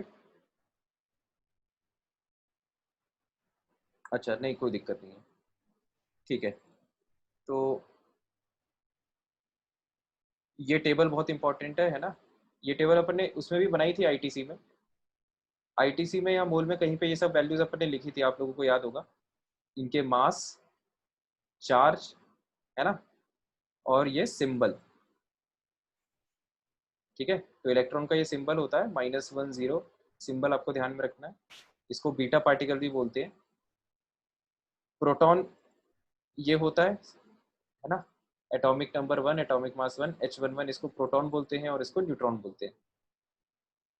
ठीक है, तो सिंबल चाहो तो एक बार लिख सकते हो, वैसे ये सिंबल जब अपन अभी न्यूक्लियर केमिस्ट्री पढ़ेंगे तो उसमें डिटेल में लिखेंगे। बाकी इस टेबल में याद क्या क्या रखना है वो मैं बता देता हूँ। इस टेबल में अपन को कुछ याद नहीं रखना है, क्योंकि ये सारी वैल्यूज जो हैं, जो केजी में जितनी वैल्यूज लिखी हुई हैं वो अपन आईटीसी में ऑलरेडी लिख चुके हैं, चाहो तो यहाँ पे दोबारा लिख लेना, है ना। तो आईटीसी में लिख चुके हैं, तो मान के चल रहे हैं कि तुम लोग को याद है। चार्ज की वैल्यूज भी अपन लिख चुके हैं, -1.6 × 10⁻⁻19 कूलम इलेक्ट्रॉन का, प्रोटॉन का सेम वैल्यू प्लस में, है ना। और न्यूट्रॉन पे 0 चार्ज होता है। साइंटिस्ट के नाम याद रखने की जरूरत नहीं है। हाँ संकेत, तो बस ये याद रख लो, केजी में मासेस, जिसको याद रखना है उसके लिए मैं बता देता हूँ, केजी में मासेस और कूलम्ब में चार्जेस। इतना आप इस टेबल से याद करना चाहो तो कर सकते हो। सर एक डाउट है। हाँ 1 मिनट, एक लाइन में और कंप्लीट कर लूँ। स्मॉल यू में जो मासेस लिखे हुए हैं उनको याद रखने की जरूरत नहीं है। ईएसयू में जो चार्जेस लिखे हुए हैं उनको याद रखने की जरूरत नहीं है। और ये जो कन्वर्जन है 1 AMU is equal to this value, ये हम अगेन ITC में लिख चुके हैं। हाँ चंद्रमान बोलो। सर अपन ने कैथोड रे एक्सपेरिमेंट में लिखा था कि जूलियस प्लकर ने किया था एक्सपेरिमेंट, और यहाँ हाँ पे डिस्कवरर लिखा है जे थॉमसन। वो यार उसमें ऐसा होता है ना, मतलब ये तो खैर बताना बड़ा मुश्किल होता है, क्योंकि कोई भी जो साइंटिफिक एक्सपेरिमेंट होता है वो that is a process of evolution, है ना। कि जैसे आधा काम मैंने कर दिया, फिर थोड़ा सा बचा हुआ काम जो है वो तुमने कर दिया, उसमें थोड़ा और किसी और ने ऐड कर दिया, तो अब एग्जैक्टली क्रेडिट किसको देना है वो थोड़ा सा मुश्किल होता है। तो तुम बात समझ पा रहे हो ना, it is a team work. तो जूलियस प्लकर ने ये स्टार्ट किया होगा कि उन्होंने एक पोर्शन स्टार्ट किया होगा, जैसे जूलियस प्लकर इसमें जैसे लिखा है, Julius Plucker started the study of conduction of electricity through gases at low pressure. ठीक है, तो उन्होंने एक पर्टिकुलर पोर्शन इस एक्सपेरिमेंट का स्टडी किया होगा कि गैसेस जो हैं जब उसको लो प्रेशर पे लिया जाए और हाई वोल्टेज अप्लाई किया जाए तो वो कैसे इलेक्ट्रिसिटी कंडक्ट करती हैं। सर अब उसको एक सर एक जो सेकंड रुको, एक सेकंड। अब उसको उसको जो कंक्लूसिव एक्सपेरिमेंट है, जो कंक्लूसिव स्टेप है कि वो जो इलेक्ट्रिसिटी कंडक्ट कर रही है उसी को कैथोड रे बोलना, और उस पर अलग अलग एक्सपेरिमेंट करना, जैसे ये पैडल व्हील वगैरह लगाना, मेटल ऑब्जेक्ट लगाना, ये सब काम थॉमसन ने किए होंगे और उसने इसको प्रॉपरली कंक्लूड कर दिया होगा। ठीक है, तो इसलिए उसका फाइनल क्रेडिट हो सकता है थॉमसन को दिया गया हो, लेकिन हकीकत ये है कि कोई भी जो डिस्कवरी होती है ना, उसमें मल्टीपल साइंटिस्ट का कंट्रीब्यूशन रहता है। हाँ संकित बताओ। सर जो वैल्यूज दी हैं यहाँ पर इलेक्ट्रॉन मतलब मास और चार्जेस की, तो वो कैथोड रेस को अपन इलेक्ट्रॉन बोलते थे, तो इलेक्ट्रॉन का जो मास और चार्ज दिया है E/m में रखेंगे तो आ जाएगी वो वैल्यू। हाँ हाँ बिल्कुल वही वैल्यू आएगी, इसलिए तो वो E/m की वैल्यू अपन को याद नहीं करना है ना। क्योंकि अगर यस। वैसे तो क्वेश्चन में आएगा नहीं, कभी गलती से आ भी जाए तो ई की जगह अपन ये वैल्यू डालेंगे और एम की जगह अपन ये वैल्यू डाल देंगे। ठीक है, यस। तो आई होप अब इसमें इन 3 एक्सपेरिमेंट्स में कोई डाउट नहीं है किसी को। तो हम आगे बढ़ते हैं। अब ये छोटे छोटे जो एटॉमिक मॉडल्स हैं ये भी हमने देख रखे हैं, है ना। सिंपल सिंपल थॉमसन का मॉडल सबको याद होगा। थॉमसन का ये प्लम पडिंग टाइप का मॉडल बोलते थे, तरबूज जैसा, है ना, जिसमें पॉजिटिव चार्ज स्फीयर होता है पूरा। जो तरबूज का जो लाल वाला हिस्सा होता है वो पॉजिटिवली चार्ज है, और जो इलेक्ट्रॉन्स है वो बीच की तरह बीच बीच में फंसे होते हैं। ठीक है, तो ये आई होप सबको याद होगा, बाकी इंपॉर्टेंट नहीं है ये इस क्लास में। रदरफोर्ड का एक्सपेरिमेंट बहुत फेमस एक्सपेरिमेंट है, 10th में अपन ने पढ़ा है।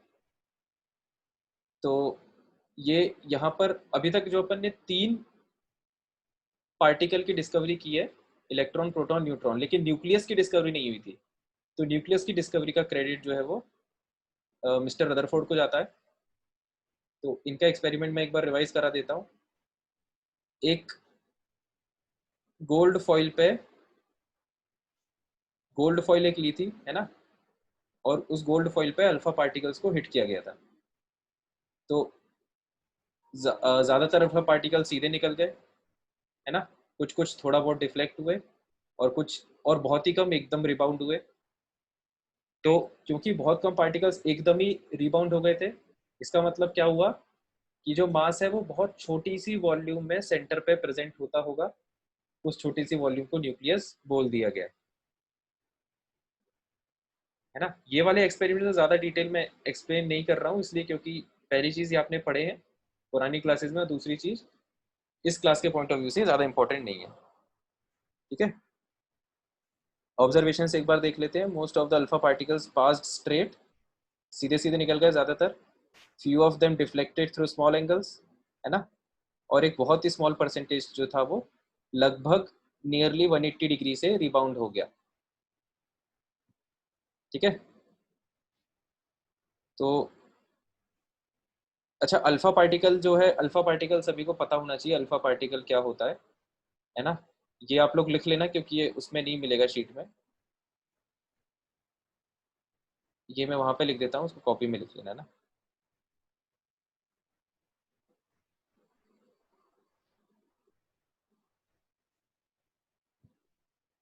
तो अल्फा पार्टिकल की रिक्वायरमेंट कहाँ है? रदरफोर्ड्स एक्सपेरिमेंट में, है ना।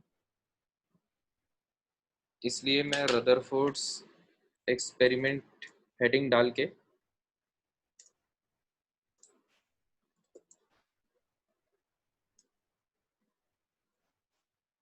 और उसमें अल्फा पार्टिकल लिख रहे हैं बस, जो अपने काम का है।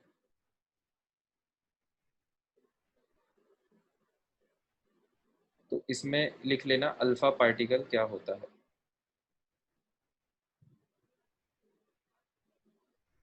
संकेत क्या कह रहा है कि सर ये सारे experiment exam point of view से इंपॉर्टेंट नहीं है क्या? नहीं नहीं, एग्जाम पॉइंट ऑफ व्यू से इंपॉर्टेंट नहीं है ये। ठीक है, जो जो इंपॉर्टेंट चीजें हैं वो मैं बताते जा रहा हूँ, है ना। जैसे ई बाय एम पता होना चाहिए अपन को, चार्ज टू मास क्या होता है।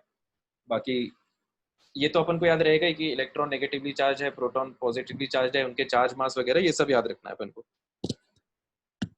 अल्फा पार्टिकल जो है वो दैट इज एक्चुअली पॉजिटिवली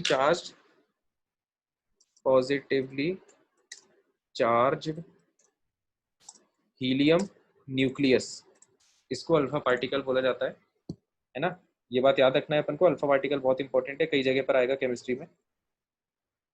तो इसका स्ट्रक्चर एक बार देख लेते हैं। तो पूरे देखो, एटम को नहीं बोलते, सिर्फ नहीं नहीं, न्यूक्लियस को बोलते सिर्फ हैं। न्यूक्लियस को बोलते हैं।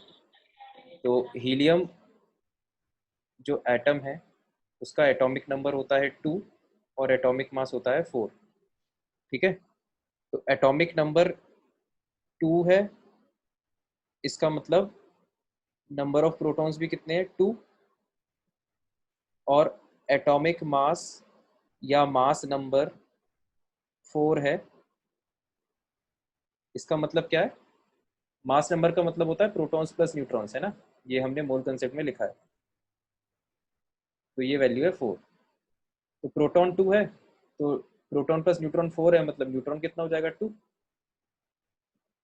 ठीक है, तो एक जो हीलियम का एटम होता है He2 4, है ना, उसका क्या स्ट्रक्चर होता है? देखो, सेंटर में तो होता है न्यूक्लियस, न्यूक्लियस को थोड़ा बड़ा बना देते हैं। सेंटर में होता है न्यूक्लियस, और न्यूक्लियस में प्रोटॉन्स और न्यूट्रॉन्स होते हैं। तो कितने? 2 प्रोटॉन और 2 न्यूट्रॉन, है ना। 2 प्रोटॉन और 2 न्यूट्रॉन। और हीलियम एटम जो है उसमें इलेक्ट्रॉन कितने होंगे प्रोटॉन के बराबर? तो पहले ऑर्बिट में 2 इलेक्ट्रॉन आ जाएंगे, 1 और ये 2। ठीक है, दिस इज हीलियम एटम। और अल्फा पार्टिकल क्या होता है? Alpha particle is helium nucleus. Nucleus का मतलब ये है कि आपको ये वाला जो लेयर है बाहर वाली, जो बाहर वाला ऑर्बिट है, उसको हटाना पड़ेगा। तो जब आप बाहर वाला ऑर्बिट हटा दोगे तो बचेगा सिर्फ न्यूक्लियस, 2 प्रोटॉन्स और 2 न्यूट्रॉन्स के साथ, है ना। तो सिंबॉलिकली हमें कैसे पता चलेगा?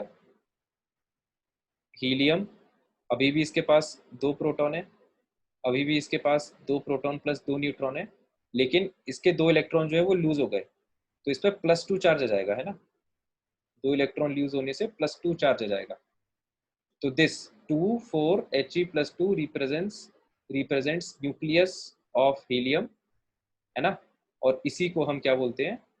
Alpha particle. ये जो एंटिटी जनरेट होती है इसको हम बोलते हैं अल्फा पार्टिकल। तो यहाँ पर अल्फा पार्टिकल जो है वो ये होता है अल्फा पार्टिकल। किसी को डाउट तो नहीं है अल्फा पार्टिकल में?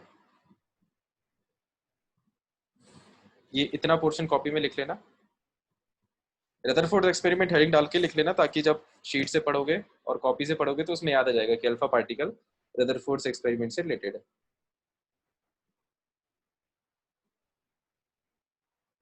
तो ठीक है, मतलब इसमें कोई डाउट नहीं है किसी को? कितनी क्लास बची है यार? तुम टाइम देख लो, 7:40 तक क्लास होती है, तो 7:40 तक होगी।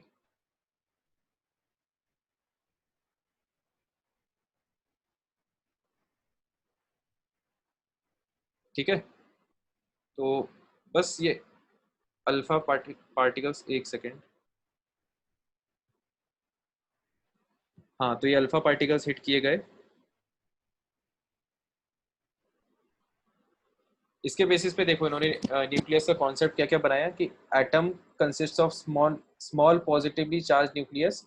एक छोटा सा एरिया रहता है जो कि पॉजिटिवली चार्ज होता है, जिसे न्यूक्लियस बोला गया, जो सेंटर पर होता है और जो इंटायर मास कैरी करता है एटम का। एटम का पूरा मास उसके न्यूक्लियस में होता है। ये बात हमें मास की वैल्यू से भी पता है। देखो प्रोटॉन और न्यूट्रॉन का मास लगभग सेम है, of the order of 10 to the power -27 kg, है ना। लेकिन इलेक्ट्रॉन का मास देखो 10 टू द पावर -31, मतलब 10 टू द पावर -4 टाइम्स कम है। मतलब 10 टू द पावर -4 कितना हो गया, 10,000। तो इलेक्ट्रॉन जो है वो 10,000 गुना हल्का होता है प्रोटॉन न्यूट्रॉन की तुलना में, इसलिए उसका मास प्रोटॉन न्यूट्रॉन के सामने नेग्लिजिबल होता है। Electrons are distributed in empty space, है ना। इलेक्ट्रॉन जो है वो एम्प्टी स्पेस में डिस्ट्रीब्यूटेड होते हैं, ऑर्बिट्स में, है ना। Number of electrons in orbit is equal to number of positive charge, ठीक है। किसी भी एटम में number of protons number of electrons के बराबर होते हैं, ये बात भी हमें पता है, इसलिए एटम को इलेक्ट्रिकली न्यूट्रल कहा जाता है। वॉल्यूम न्यूक्लियस की नेग्लिजिबल होती है अगर हम एटम की वॉल्यूम की से तुलना करें तो, और ज़्यादातर स्पेस एटम के अंदर खाली होता है। तो वॉल्यूम नेग्लिजिबल क्यों होता है? वॉल्यूम नेग्लिजिबल इसलिए होता है क्योंकि बहुत ही कम परसेंटेज, बहुत छोटे वॉल्यूम में है ना जो न्यूक्लियस है। आप लोग को एक स्टेटमेंट याद होगा, उसमें 8th में पढ़ाते हैं कि 9th में कि 10th में, मेरे को क्लास नहीं याद आ रही, उसमें ऐसा बोला गया था कि अगर आप कितना 5 किलोमीटर का रेडियस मान लो, है ना, तो 5 किलोमीटर का जो अगर आप सर्कल बनाओगे 5 किलोमीटर रेडियस का, तो उसके कंपैरिजन में क्रिकेट बॉल के बराबर न्यूक्लियस होता है। मतलब थोड़ा फील करो मैं जो बात कह रहा हूँ। एक 5 किलोमीटर का सर्कल इमेजिन करो और उस सर्कल के सेंटर में क्रिकेट बॉल रख दो, तो the cricket ball will represent nucleus if the 5 kilometer circle is representing the atom। तो क्रिकेट बॉल की जो वॉल्यूम है वो 5 किलोमीटर सर्कल के सामने तो नेग्लिजिबल ही होगी। ठीक है सर। ठीक है, ड्रॉबैक्स ऑफ रदरफोर्ड। तो ये इनके कुछ कुछ ड्रॉबैक्स हैं जो हम अब सुधारेंगे इस चैप्टर में, है ना। तो ये जो ड्रॉबैक्स है ये कॉम्प्लिकेटेड है, अभी एकदम समझ में नहीं आएंगे, जब हम चैप्टर पढ़ेंगे तब समझ में आएंगे, है ना। एक बार मैं रीड कर देता हूँ। This was not according to the classical theory of electromagnetism proposed by Maxwell. According to this theory, every accelerated charged particle must emit radiation in the form of electromagnetic waves and lose its total energy। ये point हम 10th में भी पढ़ते हैं कि अगर कोई charge particle है तो जब वो सर्कल में घूम रहा है तो वो एक्सेलरेशन में है, इसका मतलब, और एक्सेलरेशन में है तो कंटिन्यूअसली एनर्जी छोड़ते रहना चाहिए। कंटिन्यूअसली एनर्जी छोड़ते रहेगा तो उसका जो रेडियस है वो कम होते जाना चाहिए, और एक टाइम के बाद वो न्यूक्लियस में कोलाइड कर जाना चाहिए, है ना, जबकि ऐसा नहीं होता है। तो ये आगे वही बात लिखी है, since energy of electron keeps on decreasing, तो उसका जो रेडियस है दैट शुड आल्सो डिक्रीज, है ना, और electron should fall in nucleus. ये बात हमने पढ़ी होगी 10th क्लास में, 9th क्लास में याद होगा सबको। It could not explain the line spectrum of hydrogen atom. तो ये पॉइंट अभी आपको इसलिए समझ में नहीं आएगा क्योंकि अभी अपन को लाइन स्पेक्ट्रम का मतलब नहीं पता। तो जब हम स्पेक्ट्रम पढ़ेंगे अभी चैप्टर में आगे, तब समझ में अपन को ये आ जाएगा, ठीक है। फिर it says nothing about the electronic structure of atom, that is how the electrons are distributed around the nucleus and what are the energies of these electrons. तो अलग अलग इलेक्ट्रॉन जब अलग अलग ऑर्बिट में है तो हर ऑर्बिट की एनर्जी अलग होगी। उस पर इन्होंने कोई कमेंट नहीं किया था कि किसकी एनर्जी कम होगी किसकी ज़्यादा होगी, क्या हम मैथमेटिकली किसी तरह से एनर्जी को कैलकुलेट कर सकते हैं वगैरह, ठीक है। तो ये सब जो है ये रदरफोर्ड के मॉडल के ड्रॉबैक्स थे। तो यहाँ पर अपना ये वाला पोर्शन ख़त्म होता है, जो अपना सो कॉल्ड पुराना पोर्शन था। आई होप इसमें कोई डाउट नहीं है किसी को। ठीक है। तो नहीं संकेत, मैं माउस से नहीं लिखता, माउस से तो लिख ही नहीं पाऊंगा, वो पेन टैब है, पेन टैब से लिखता हूँ मैं, है ना। तो क्यों कोई दिक्कत है क्या लिखने में? राइटिंग पसंद नहीं आई क्या संकेत, इसलिए पूछ रहे हो क्या?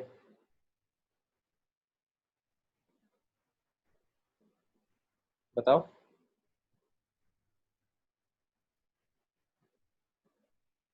मुझे लगा माउस से आप इतना अच्छा कैसे, अच्छा अच्छा। नहीं नहीं यार, माउस से तो पॉसिबल ही नहीं है। इनफैक्ट पेन टैब से भी दिक्कत ही होती है थोड़ा, जितना कंफर्टेबल कॉपी में या बोर्ड पे पेन से लिखने में होते हैं उतना तो नहीं होते किसी से, बट फिर भी ठीक है। अब अपन नेक्स्ट टॉपिक लिखते हैं कॉपी में, कॉपी से पढ़ना चालू करते हैं, जो अपना मेन पोर्शन है ना। तो अब सभी लोग हेडिंग डाल लें, चार्ज। ठीक है, चार्ज पार्टिकल्स की बहुत ज़्यादा बात होगी, तो इसलिए अपन चार्ज थोड़ा सा समझ लेते हैं क्या है, क्या होता है, क्या नहीं होता है। तो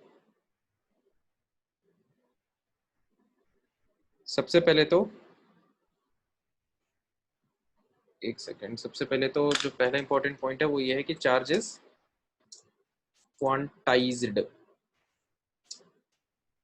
ये इंपॉर्टेंट है ना। क्वांटाइज्ड वर्ड का मतलब क्या होता है कि इसकी क्वांटिटी फिक्स्ड वैल्यूज होती है ना। फिक्स्ड वैल्यूज का क्या मतलब है कि जैसे एक बंदूक से गोलियां जो निकलती है वो मल्टीपल होती है ना, मतलब एक गोली होगी या दो गोली होगी, तीन गोली निकलेगी, है ना। इस तरह का केस पॉसिबल नहीं है कि 1.5 बुलेट्स या फिर 3.7 bullets, such type of statements will become invalid for a gun firing bullets। ठीक है। तो इस तरह की सिचुएशन को हम क्या बोलते हैं, क्वांटाइज्ड, कि जो वैल्यूज हैं वो क्वांटाइज्ड है। सो हमेशा इंटीजर में होंगे मतलब। हाँ हाँ बेशक, हमेशा integer multiple of fixed value होगी। जैसे इसका मैं मतलब समझाता हूँ, एक सेकेंड। जैसे मान लो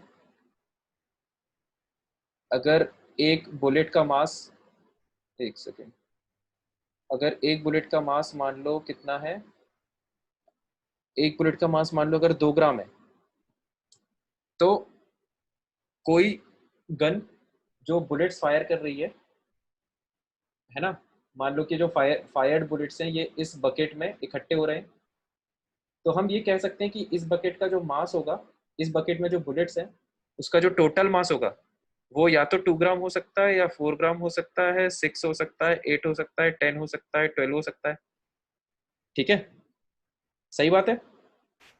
तो होगा तो 2 के मल्टीपल में ही ना, क्योंकि एक बुलेट का मास 2 ग्राम है।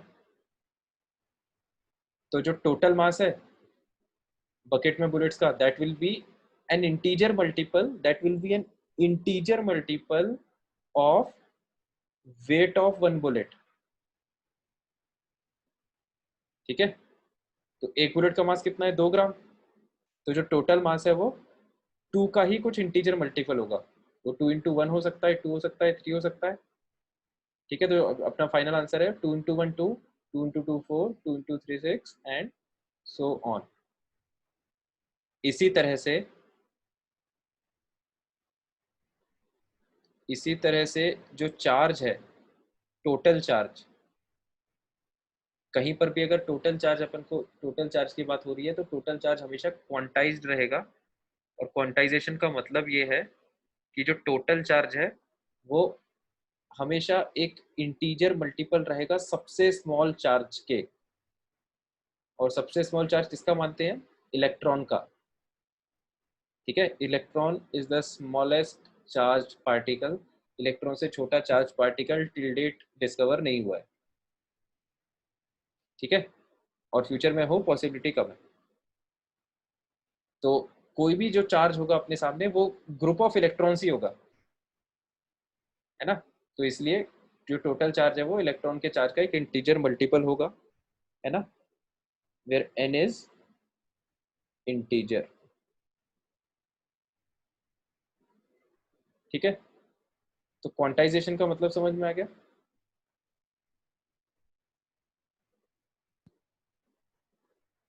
तो यस सर। ठीक है, अब इसमें अगली बात, चार्ज जो है उसको हम क्यू से रिप्रेजेंट करते हैं। चार्ज की एसआई यूनिट कूलम होती है ना। ये बात चाहो तो दोबारा लिख सकते हो, SI unit of charge, charge is Coulomb's, है ना, जिसको हम कैपिटल सी से रिप्रेजेंट करते हैं, राइट। तो दो टाइप के चार्ज होते हैं, है ना। चार्ज की बात हो गई, अब अगला पॉइंट आएगा इसमें, टाइप्स ऑफ चार्ज। तो टाइप्स में दो टाइप मिलेंगे अपन को। So sir, so n can be negative, no n won't be negative, negative नहीं हो सकता क्योंकि नंबर है। तो आप इसको होल नंबर लिख लो यार, वो ज्यादा सही रहेगा, है ना। ये इंटीजर हटा के इसको होल नंबर लिख लो, उससे कंफ्यूजन नहीं होगा। मतलब बहुत ऐसा ज़्यादा इंपॉर्टेंट पॉइंट नहीं है, इंटीजर भी लिख लो तो भी कैलकुलेशन पे फर्क नहीं पड़ेगा कभी, लेकिन ठीक है, इसको होल नंबर लिख लो। हाँ, एन कांट बी नेगेटिव, हाँ हाँ बिल्कुल। वो तो जनरली क्या है कि इस तरह के जो मैथमेटिकल स्टेटमेंट्स होते हैं ना, जहाँ पर भी अपन क्वांटाइजेशन की बात करते हैं, वहाँ पे जनरली अपन इंटीजर वर्ड यूज कर लेते हैं एक फ्लो में। ठीक है, तो बाकी ठीक है, यहाँ पे होल नंबर लिख लो, कोई दिक्कत नहीं। तो देखो, टाइप्स ऑफ चार्ज की जो हम बात कर रहे थे, तो दो ही टाइप के चार्ज होते हैं, एक तो होता है पॉजिटिव और दूसरा होता है नेगेटिव, है ना। फिर एक इंपॉर्टेंट पॉइंट ये है जो कई बार अपन को यूज होता है, क्या, like charges attract and, sorry, like charges repel and unlike attract, like charges repel and unlike attract. ठीक है, तो आई होप ये सब सिंपल सिंपल पॉइंट्स है, किसी को डाउट नहीं होगा इसमें। अगला है फोर्स बिटवीन टू चार्जेस।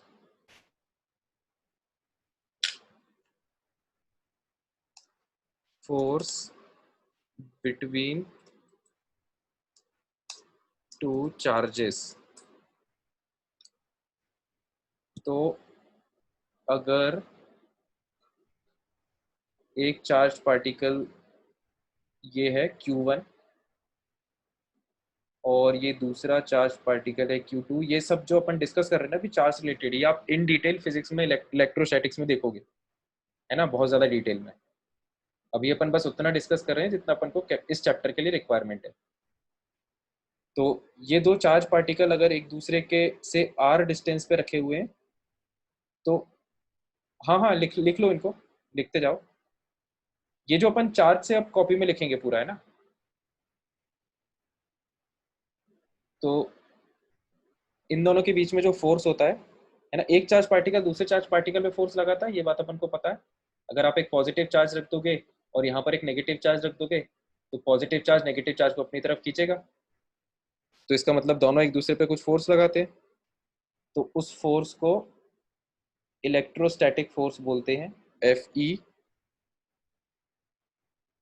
है ना, इलेक्ट्रोस्टैटिक फोर्स। और इसका फॉर्मूला क्या होता है इलेक्ट्रोस्टैटिक फोर्स का, 1/4 pi epsilon not Q1, Q1 मतलब इस चार्ज का मैग्नीट्यूड कूलम में, Q2 दूसरे चार्ज का मैग्नीट्यूड डिवाइडेड बाय उनके डिस्टेंस का स्क्वायर। है ना। अरे ई नॉट की तरह क्या है? ये ई नहीं है, ये है, ठीक है। ई ये होता है, ये मतलब इसको आप जो भी बोलें, इन्वर्टेड अपोज 3 को उल्टा करके लिख दो तो ये इस तरह से दिखेगा, है ना। इसको एप्सिलॉन बोलते हैं। मतलब ये इतना इंपॉर्टेंट नहीं है वैल्यू भी यहाँ। होती होगी। हाँ, कांस्टेंट वैल्यू है, इतना इंपॉर्टेंट नहीं है यहाँ पे, फिजिक्स में ज्यादा यूज आएगा इसका। एप्सिलॉन बोलते हैं इसको, है ना। एप्सिलॉन नॉट बोलते हैं बेसिकली, एक जीरो भी इसके साथ फ्री में आता है नीचे, ठीक है। तो इसकी वैल्यू की अभी अपन को इस चैप्टर में जरूरत नहीं पड़ेगी। तो ये जो पूरा टर्म है ये कांस्टेंट वैल्यू है ना, 1/4 पाई। पाई भी एक कांस्टेंट वैल्यू है, 22/7 एप्सिलॉन नॉट भी एक कांस्टेंट है। तो इस तरह से अपन इलेक्ट्रोस्टैटिक फोर्स कैलकुलेट करते हैं दो चार्जेस के बीच में, है ना। फिर अगला है पोटेंशियल एनर्जी।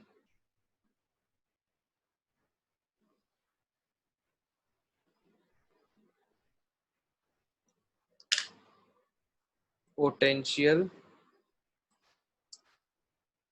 एनर्जी,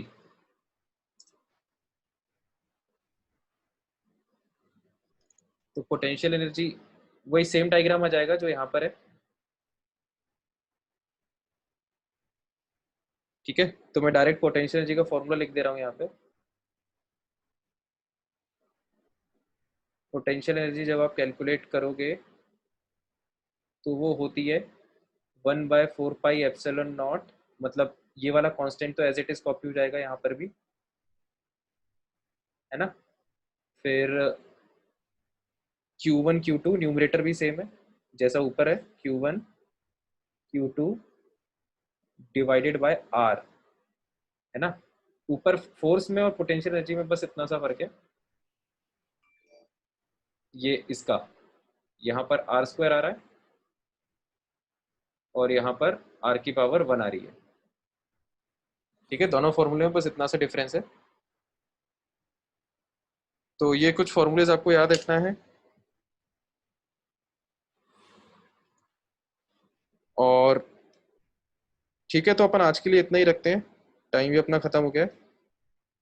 इसके आगे फिर अपन नेक्स्ट क्लास में कंटिन्यू करेंगे, है ना। MGH होता था, संकेत पूछ रहा है, MGH होता था Na पैक। क्या पूछ रहे हो संकेत, थोड़ा अनम्यूट करके बोलो।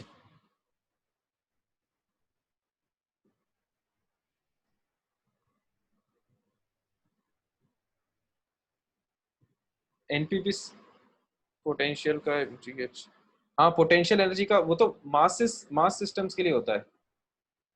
वो जो तुम पूछ रहे हो वो तुम ग्रेविटेशन में पढ़ोगे। जैसे मान लो ये अर्थ है ना, और ये मून है।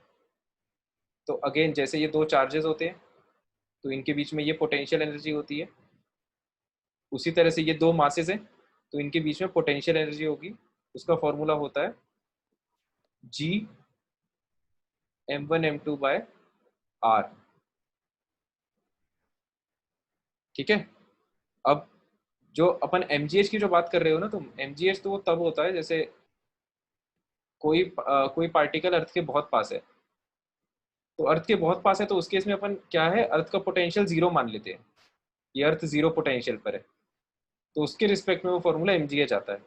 मतलब ये फिजिक्स का क्वेश्चन ज्यादा है, तो उसमें जब NPP सर वगैरह पढ़ाएंगे ग्रेविटेशन में तो वहाँ पे समझ लेना, इस चैप्टर में इसका ज़्यादा रिलेवेंस नहीं है।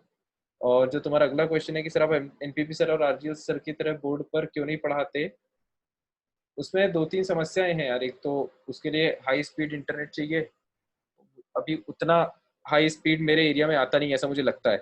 मैंने स्टार्टिंग में 1-2 क्लासेस लेके देखी थी तो उसमें वीडियो काफ़ी ज़्यादा ब्लर आ रहा था, पहली चीज़। और दूसरी चीज़, उसमें इंटरेक्शन उतने सही से नहीं हो पाता जितना जूम में हो पाता है, ऐसा मुझे लगता है, ठीक है।